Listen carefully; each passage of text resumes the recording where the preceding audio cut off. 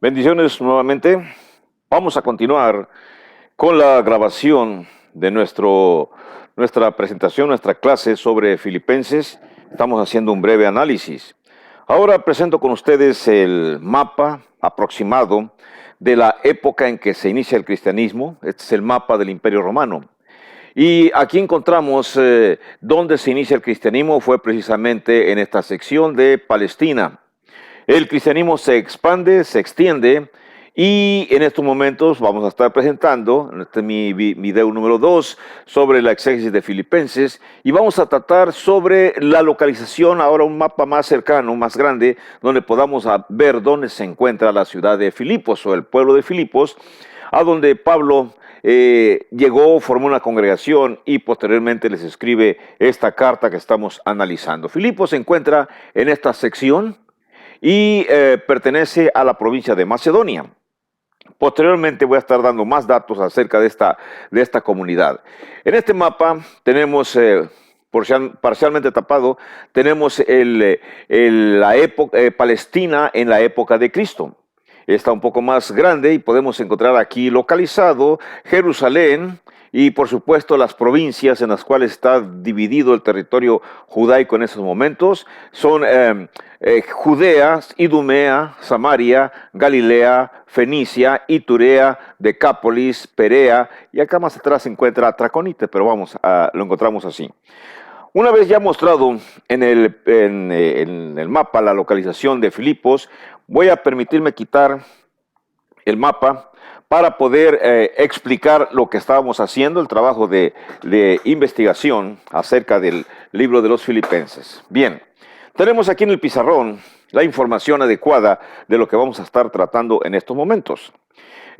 Filipos, la congregación de los Filipenses, formada por Pablo, la estamos analizando y en el primer video, este es el video número 2, el episodio número 2, en el primer video estuvimos analizando hasta el versículo 7, y en ese versículo 7 encontramos que había una relación muy íntima entre Pablo y los cristianos de Filipos, por la palabra que se menciona donde dice, al final donde dice la confirmación del evangelio, todos vosotros sois participantes conmigo de la gracia, como me es justo sentir, dice Pablo en el verso 7, esto de todos vosotros, por cuantos tengo en el corazón y en mis prisiones y en la defensa y confirmación del evangelio, todos vosotros sois participantes conmigo de la gracia, lo cual nos indica que había una relación muy estrecha entre la congregación de Filipos y el propio Pablo.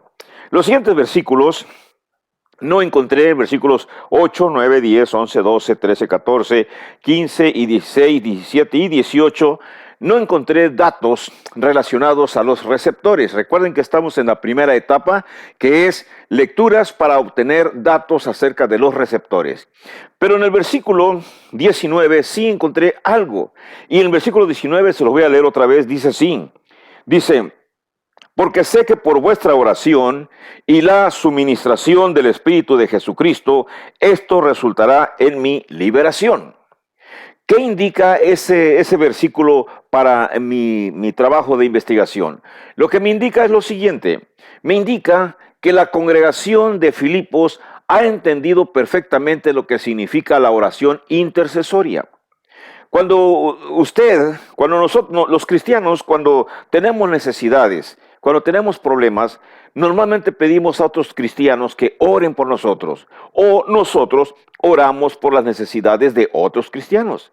La mayoría del mundo, la mayoría de la gente del mundo, aunque no sean cristianos, entienden que existe un poder más allá de la comprensión humana.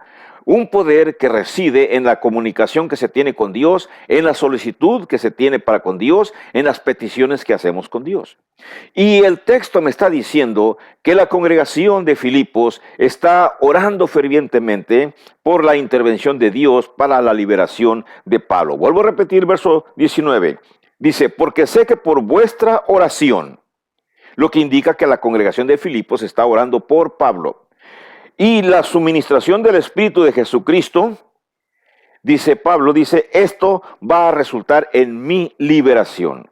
Entonces, la práctica de la oración intercesoria, la práctica de la oración en una congregación por las necesidades de otras personas, de otros hermanos, sobre todo cuando estamos en necesidad, es práctica común en la congregación de Filipos. Muy importante porque nos muestra un dato de esta congregación. No todas las congregaciones están tan fieles y tan acercadas a Pablo como en la actualidad.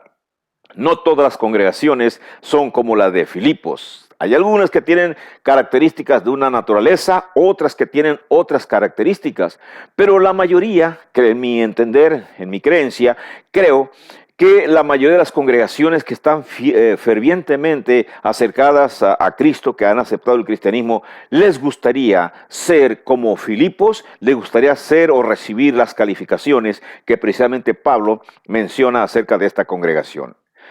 En el versículo 20, 21, 22, 23 y 24 no encontré gran cosa, pero en el versículo 25 encuentro algo interesante. Vamos a ver qué dice el verso 25. Dice el verso 25, y confiado en esto, sé que quedaré, que aún permaneceré con todos vosotros para vuestro provecho y gozo de la fe.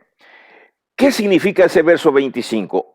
Estamos viendo que hay una mutua apreciación, mutuo aprecio, cariño mutuo, entendimiento mutuo entre el grupo que conforma la congregación de Filipos y el propio Pablo, que es vamos a decir, el fundador de la congregación, el evangelista que fue y trabajó en esa congregación. Ojalá que todos los que trabajan para una obra y que forman congregaciones reciban el mismo aprecio por parte de la congregación que estos evangelistas han formado. En lo personal, yo me siento muy satisfecho porque he recibido muy buenas atenciones de las congregaciones, de la congregación que yo he formado, mi esposa y yo hemos formado. Y es algo satisfactorio, bastante contentamiento. Significa esta frase, este versículo 29, que hay mucho aprecio entre Pablo y entre la congregación.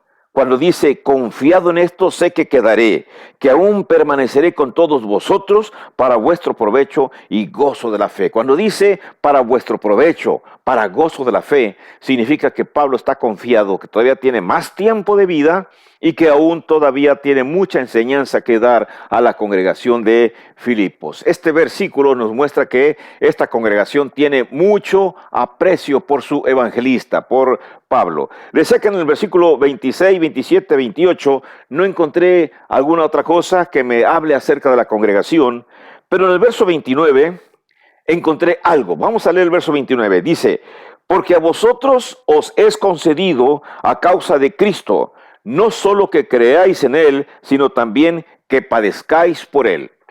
Esas palabras me indican otra característica más, un dato más de los receptores de la carta. ¿Qué significa o qué es lo que encontré según la palabra al final del versículo 29, donde dice también, sino también que padezcáis por Él? Me está indicando entonces que la congregación experimentaron padecimientos, experimentaron sufrimientos. ¿Qué clase de sufrimientos? Todavía no los vemos. Todavía no los vemos, pero hasta este momento estamos encontrando que hay datos importantes de estos receptores. Continuamos leyendo, continuamos haciendo nuestras lecturas. No la voy a hacer aquí en público, solamente una sola ocasión, pero debemos de leer una, dos, tres, las veces que sean necesarias hasta que estemos satisfechos con el trabajo de investigación y que encontremos cuáles son los datos que corresponden a los receptores. Los escribimos, los anotamos y ya tenemos material para presentar o hacer nuestras presentaciones en las congregaciones donde nos ha tocado predicar o enseñar. Recuerden que si este video lo está viendo algún hermano predicador evangelista, tiene a su cargo una gran responsabilidad. Y si lo está viendo algún hermano, nada más para aumentar su conocimiento, es lo mismo. Aumenta su conocimiento y puede ser un colaborador eficiente para el predicador que le está enseñando a usted. Y si es una persona no cristiana, entonces note usted la forma en que Pablo se dirige a los receptores de la carta. Te encontramos aquí, entonces en el versículo 30 encontramos otra palabra. Vamos a ver el versículo 30, donde dice, teniendo el mismo conflicto que habéis visto en mí y ahora oís que hay en mí. Lo cual me indica, tan solo la palabra, la frase teniendo el mismo conflicto, indica que la congregación tuvo conflictos en sí. Dentro de la congregación hubo conflictos, hubo problemas. Quizá los mismos problemas que Pablo experimentó estando en Filipos, ahora también la congregación los está experimentando. ¿Qué clase de conflictos?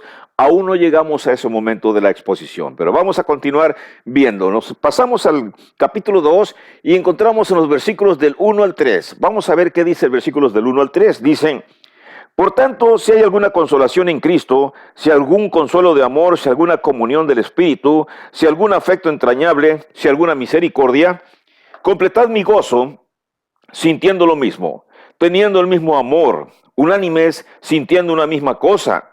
Nada hagáis por contienda o por vanagloria, antes bien con humildad, estimando cada uno a los demás como superiores a él mismo. ¿Qué nos indican esos primeros 3 versículos del capítulo 2?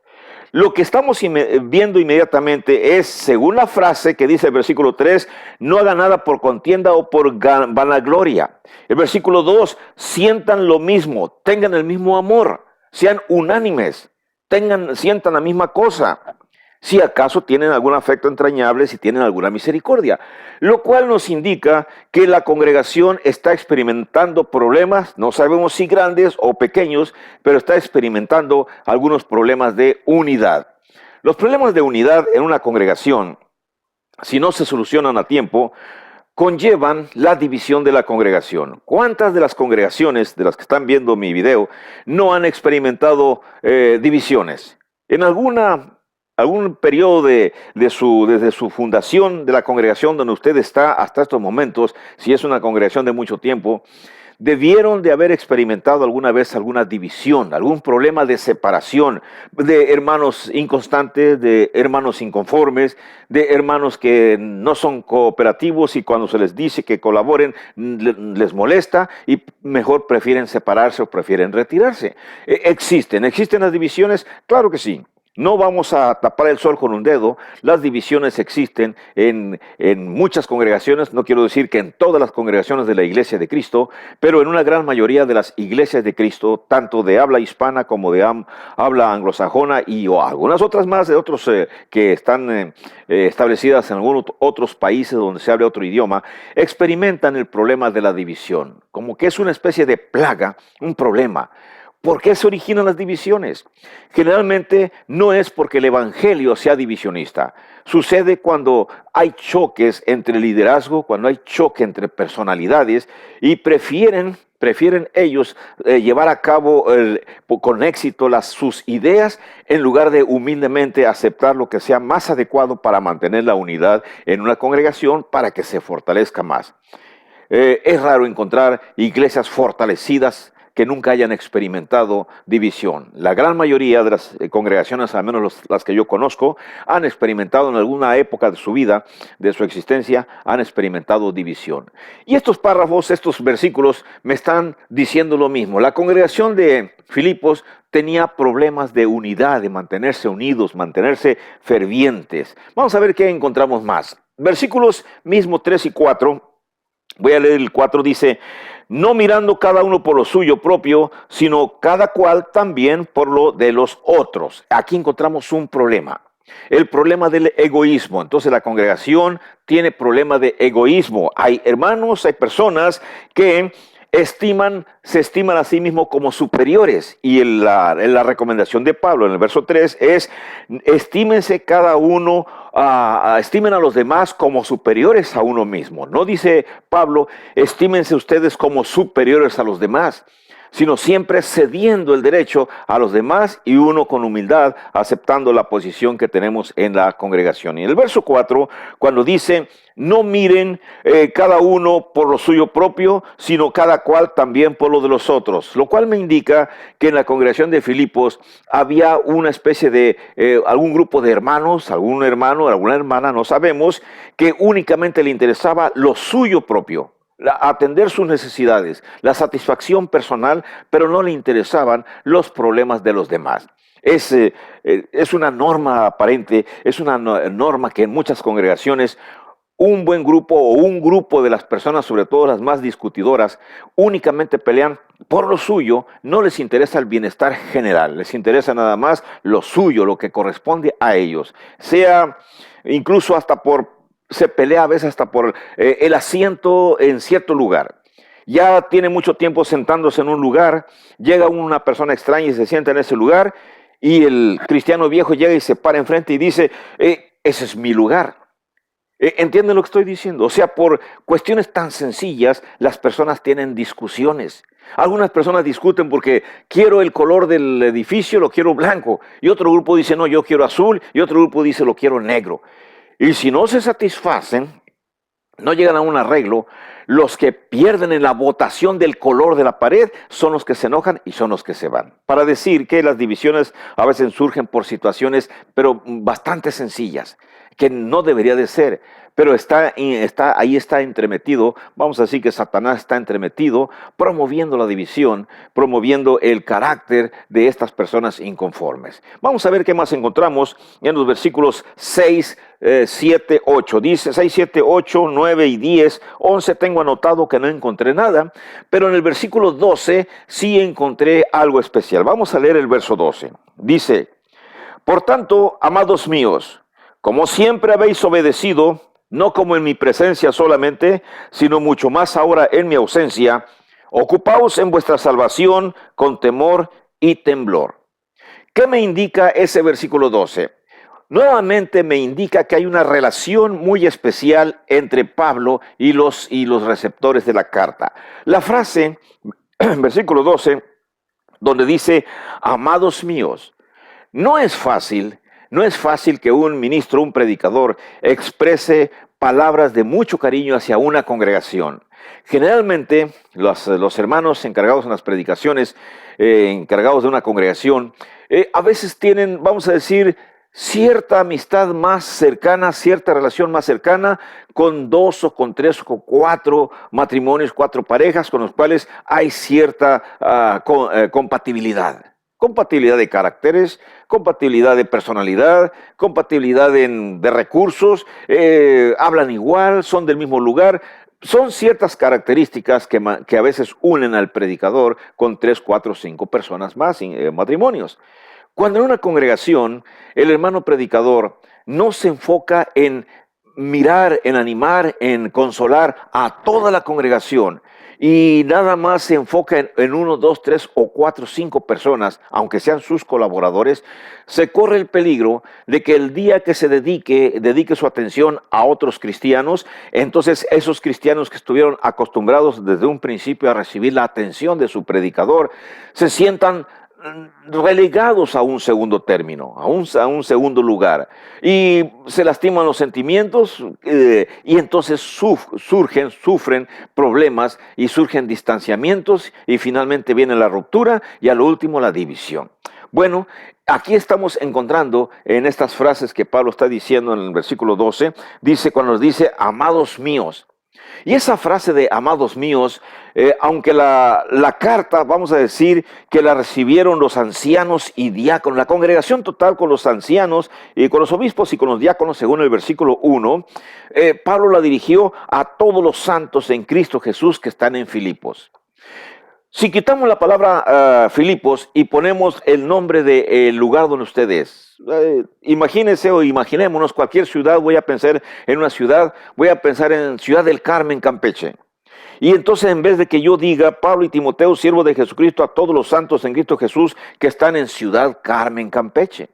Entonces, esos cristianos de Ciudad Carmen, Campeche, de Ciudad del Carmen en Campeche, es quienes deben de sentir que a ellos se les dirige la carta. En pocas palabras, esta es la intención, que entendamos que aunque la carta fue dirigida originalmente a los filipenses, en realidad es un mensaje que va dirigida a cada congregación en cualquier parte del mundo, de habla hispana o de habla anglosajona, que con todo respeto analizan las escrituras para su entendimiento, para su mejor comprensión.